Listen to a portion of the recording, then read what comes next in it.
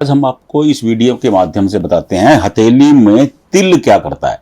काले तिल होते हैं, कईयों के ब्राउन तिल होते हैं। उन तिलों का क्या राज है कि देखिए, तिल को लेकर के हस्तरेखा शास्त्र में अलग अलग दो तरह की प्रेडिक्शन है। कुछ शास्त्र कहते हैं, कुछ जो अंश बाद में विश्व ने वो कि तिलों का प्रभाव बहुत ज्यादा होता है, और कुछ विद्वान कहते हैं कि तिलों का प्रभाव बहुत निम्न होता है। लेकिन तिलों का प्रभाव क्या होता है, मैं आपको विस्तार से उसके बारे में बताता हूं। आप अपनी हथेली चेक कर लीजिए, आपकी हथेली में कहां तिल है, इस पर चर्चा करेंगे हम। और देखिए, अपना पहले सबसे पहले क्या समझेंगे कि कौन सा ग्रह कहां पर है, पहले ये समझ लीजिए। देखिए, ये बृहस्पति, ये शनि की उंगली है, ये शनि का क्षेत्र है। देखिए, ध्यान से समझते जाइएगा। ये सूर्य का क्षेत्र है, ये बुध का क्षेत्र है। देखिए, अब ये सूर्य, ये बुध, ये मंगल, ये चंद्रमा, ये केतु, ये शुक्र, ये मंगल और ये राहु। देखिए, सामान्यतः एक चीज आप ध्यान से समझ लीजिए कि तिल जहां भी होता है, अगर वो रेखा के ऊपर आ गया है, मान लो कि ये आपकी भाग्य रेखा है और इसके ऊपर तिल आ गया है, तो ये ज्यादा प्रभावी होता है, ज्यादा प्रभाव दिखाता है। अगर तिल रेखा के साइड में है, उसका प्रभाव कम हो जाता है। सबसे अहम बात यह समझ लीजिए। और तिल राहु के स्थान पर अगर हथेली के मध्य बना हुआ है, यहां पर तिल बना हुआ है, ये बहुत उपयोगी होता है, बशर्ते कि ये रेखा के ऊपर ना हो। किसी भी, देखिए, तिल दो तरह से होते हैं। एक तो आपकी एक लाइन जा रही है, उसके ऊपर ही तिल बन गया, और एक तिल सामान्य हथेली के बीचों बीच बना है। ये बीचों बीच वाला तिल है, ये इंसान को बहुत ज्यादा लाभ देने वाला होता है। जिसकी हथेली के सेंटर में तिल होता है, ये इंसान बहुत ज्यादा धन संपदा अर्जित करने वाले होते हैं। अब चंद्रमा पर तिल बन गया। यहां चंद्रमा क्या है? चंद्रमा मन है। ये मन पर एक बोझ, मन में असंतोष रहेगा, ये वो काम करेगा। असंतोष का भाव पैदा कर देता है मन में उलझन रहती है, ऐसे लोगों की संतुष्टि नहीं होती है, ऐसे लोगों को कोई भी काम करते हैं उसमें विघ्न भी आने लगते हैं। चंद्रमा पर तिल, मंगल पर तिल है, ऐसे लोग आलसी हो जाते हैं। मंगल क्या है? मंगल ऊर्जा, अग्रेशन, एनर्जी है। ऊर्जा में कमी कर देता है, शरीर में ऊर्जा में कमी ला देता है। यहां होगा तो भी ये यही काम करेगा। शुक्र, ये शुक्र पर तिल इंसान की पर्सनैलिटी को प्रभावित करता है।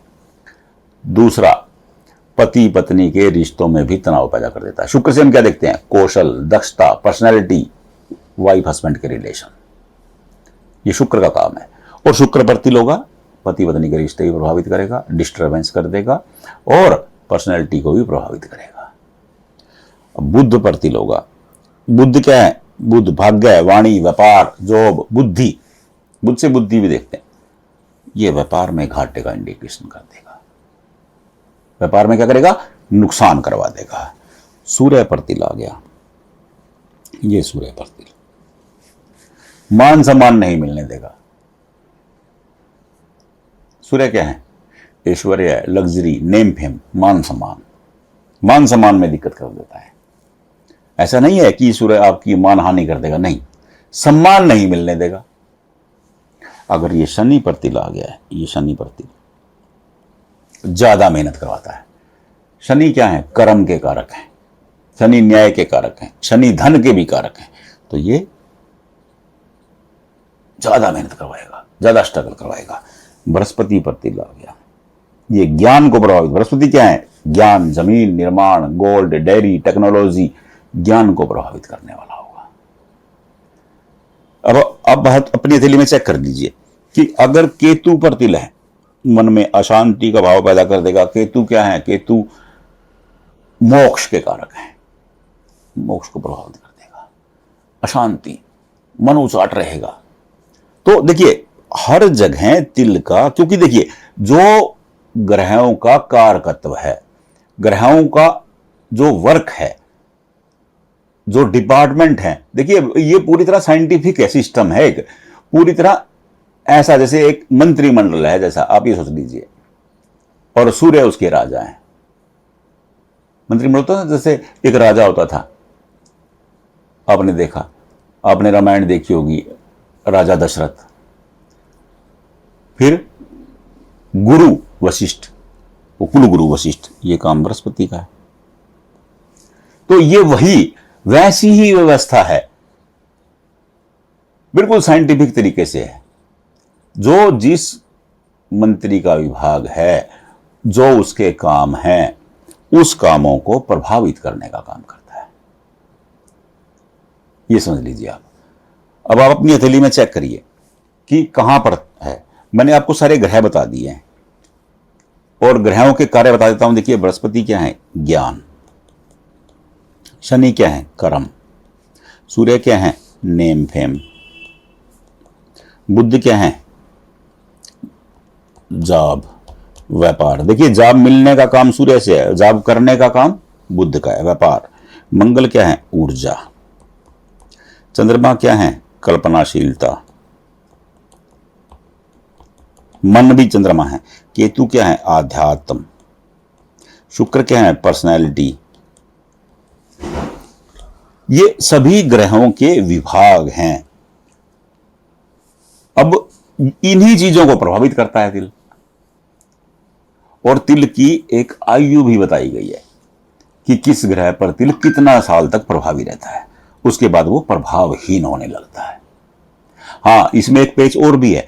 अनेक लोगों की हथेली में तिल जन्म से ना होकर के बाद में आता है, उसकी जो गणना है वो अलग तरह से की जाती है। और तिल का रंग बहुत अहमियत रखता है। अगर तिल डार्क कलर का है, काले कलर का है, वो ज्यादा प्रभावी होता है। अगर ये ब्राउन कलर का हो गया है, उसका प्रभाव कम होता है। अब समझ में आ गई आपको? अब आपकी हथेली में तिल कहां पे, आप ये देखिए। अगले वीडियो में मैं उंगलियों पे तिल के बारे में बता दूंगा आपको। अभी आप हथेली के तिलों के बारे में समझ लीजिए ध्यान से, और आपकी हथेली में कहां तिल है वो देख लीजिए। वो उसकी एज मैं इस वीडियो में बताऊंगा ना कि एज है, तो फिर ये लंबा हो जाएगा। आप व्हाट्सएप पे फोटो भेज दीजिए, नंबर मेरा इसी पे लिखा है। जहां आप वीडियो देख रहे हैं वहीं कमेंट बॉक्स में भेज दीजिए कि आपके इस तिल की एज कितनी है, उम्र कितने साल तक प्रभावित करेगा ये, हम आपको वहीं देख करके बता देंगे। देखिए, पूछिए, कोई दिक्कत नहीं है, बताने में हमें कोई दिक्कत नहीं है, लेकिन पूछिए एक ही पर्सन। अब हम तिल के बारे में पूछेंगे ना तो फिर दूसरा बोल देंगे भाग्य रेखा भी बता दो जी, सूर्य रेखा के बारे में बता देना जी, कैसी है जी, केतु कैसा है जी। तो वो बड़ी दिक्कत हो जाती है, फिर मैं लोगों को बता नहीं पाता हूं। फिर वो बाकी लोग जो हैं वो सोचते हैं कि पंडित जी बताते नहीं है, ऐसे बोल देते हैं, तो वो मेरे सामने प्रॉब्लम खड़ी हो जाती है। आप एक पर्सन पूछिए, 6 हर्ष बताएंगे। हाँ, पहले आप कोशिश कर लीजिए, मैंने सबको बस समझा दिया यहीं पे। फिर भी आपको लग रहा है कि पूछना चाहिए, आप पूछिए, मोस्ट वेलकम। आपके तिल की उम्र कितनी है, हम आप व्हाट्सएप भेजिए, हम आपको बताते हैं। राधे राधे।